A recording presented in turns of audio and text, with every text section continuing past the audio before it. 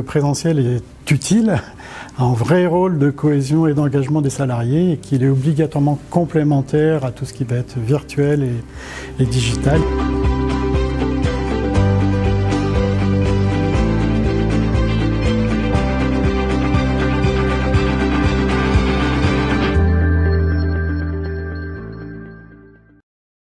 Donc, je suis Guillaume Bourdon, concepteur designer, co-gérant d'une agence qui s'appelle Ergonome, que j'ai créée avec Laurent Pillot en 2008. Nous, on est conseiller en stratégie, management et design d'espace. On intervient sur toute la région Auvergne-Rhône-Alpes auprès des ETI et des PME, avec une conviction qui est que le travail est utile quand il a du sens. Pour ça, on va transposer les process design aux questions humaines des organisations, en travaillant autour de la stratégie. Ensuite, l'engagement avec le management, comment on va engager les équipes, et ensuite comment on va penser l'utiliser avec le design d'espace, donc comment on va vivre ensemble les deux éléments qui ont été précédemment travaillés. En fait, pour nous, cette question de la transformation digitale, elle répond à une problématique plus large qui est les nouvelles manières de travailler qui se sont accélérées en fait suite à la période du Covid. Ce qu'on voit nous actuellement comme problème ou comme interrogation récurrente,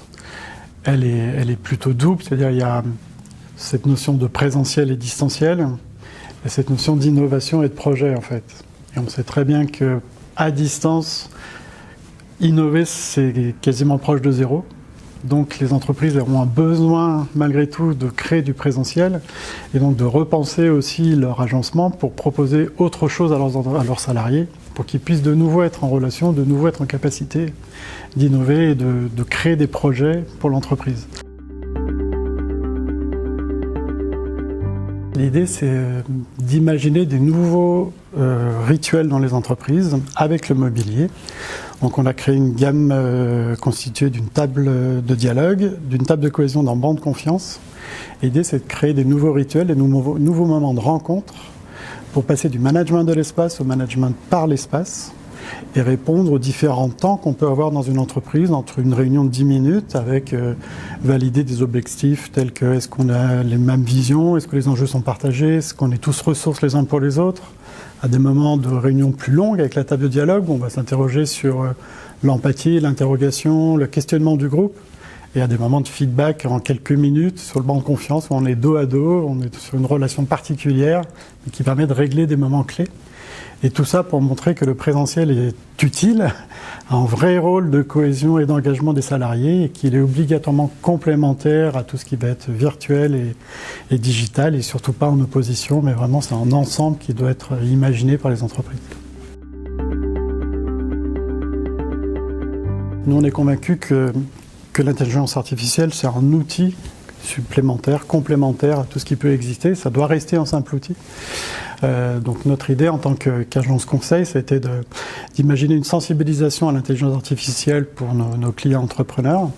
en se mettant à leur place en termes d'interrogation et de questionnement. On n'est pas du tout des geeks, mais par contre on est là pour les conseiller et leur balayer un peu ce qui existe, pour qu'ils aient quelques éléments de repère. Donc je me suis un petit peu immergé quand même dans le sujet et j'en ai sorti donc 9 intelligences artificielles différentes que j'ai organisées par thématique, celles qui permettent de prédire, celles qui permettent d'aider à la décision, celles qui permettent de générer du savoir, etc.